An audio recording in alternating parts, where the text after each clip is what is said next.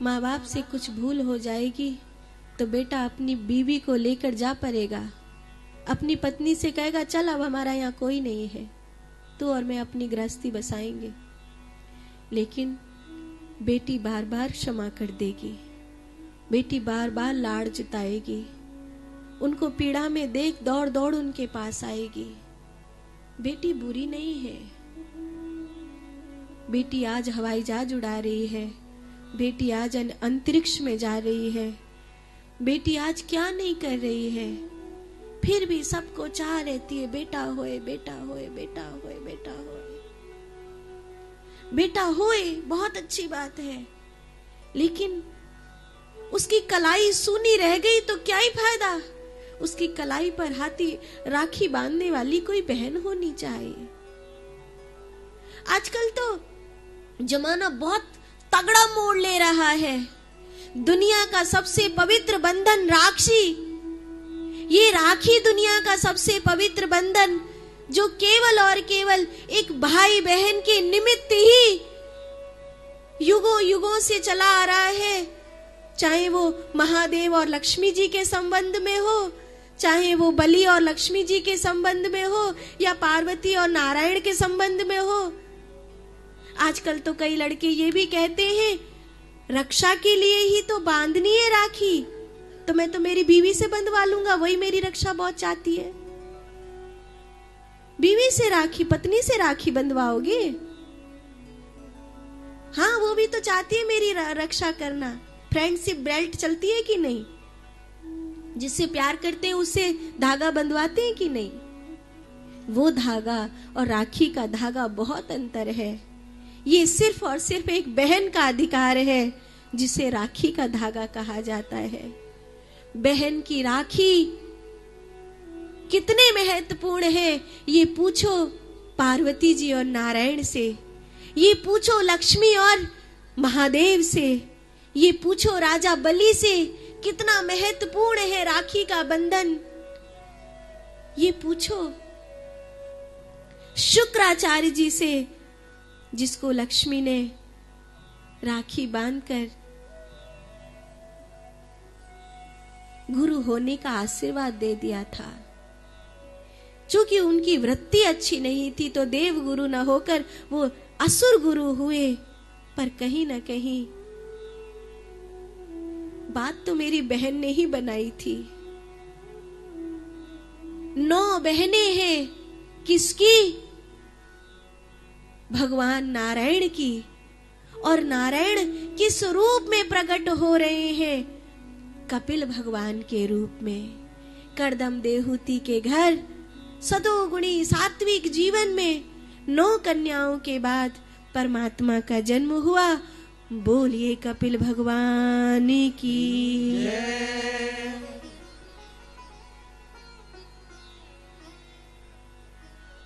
मैं ब्रह्म का ज्ञान तुम्हें न दे सका देहूती। ऋषि करदम कहते हैं पर जो तुम्हारी कोख से जन्मा है, जो तुम्हारी गोद में आया है, वो साक्षात ब्रह्म है।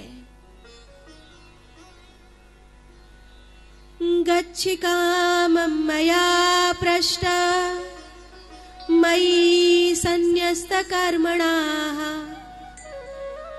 जित्वा सुदुर्जयं मृत्यु मम त्वयं मां भज। प्रभु, मेरे लिए क्या आदेश है? जाओ तात, इस दुर्जय मृत्यु को जीतकर परम पद को प्राप्त करो। सन्यास की दीक्षा दी और तब करदम ऋषि ने सन्यास ले लिया। आपसे फिर हाथ जोड़कर कहूं, ये अवध की भूमि है, आप सब राम जी के प्यारे हो। आपको साक्षी मानकर ईश्वर टीवी चैनल पर जो ये कथा देश दुनिया तक पहुंच रही है, उन सबको यह संदेशा दूं कि सन्यास से डरना छोड़ दीजिए और संकल्प लीजिए कि मैं मेरे सन्यास को निभाकर ही मरूंगा। जब मैं छोटा था तो मैंने ब्रह्मचर्य जीवन को निभाया, मैंने विद्या को प्राप्त करने के लिए संघर्ष किया।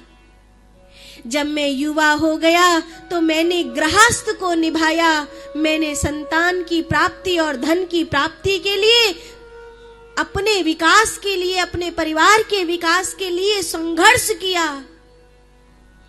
मैं जब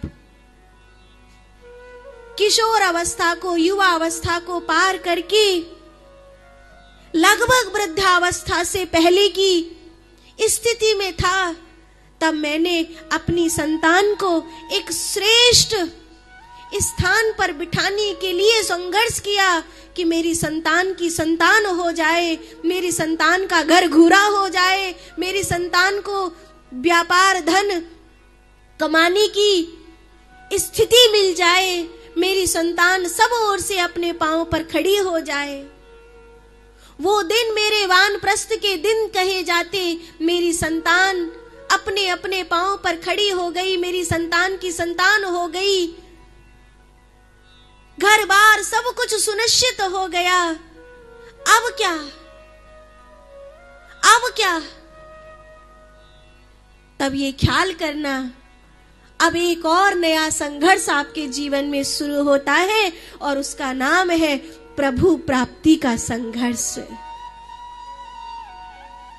जीवन के 25 वर्ष विद्या के लिए संघर्ष किए, जीवन के 25 वर्ष गृहस्थ के लिए संघर्ष किए, जीवन के और 25 वर्ष वानप्रस्थ के लिए संघर्ष किए। मैं आपसे कहती हूं, जीवन के और 25 वर्ष हैं जिनको परमात्मा के लिए संघर्ष करिए, प्रभु प्राप्ति के लिए संघर्ष करिए। और वो गृहस्थाश्रम, ब्रह्मचर्य आश्रम और उसके बाद जो चौथा आश्रम है वो वृद्धाश्रम नहीं है, वो सन्यास आश्रम है।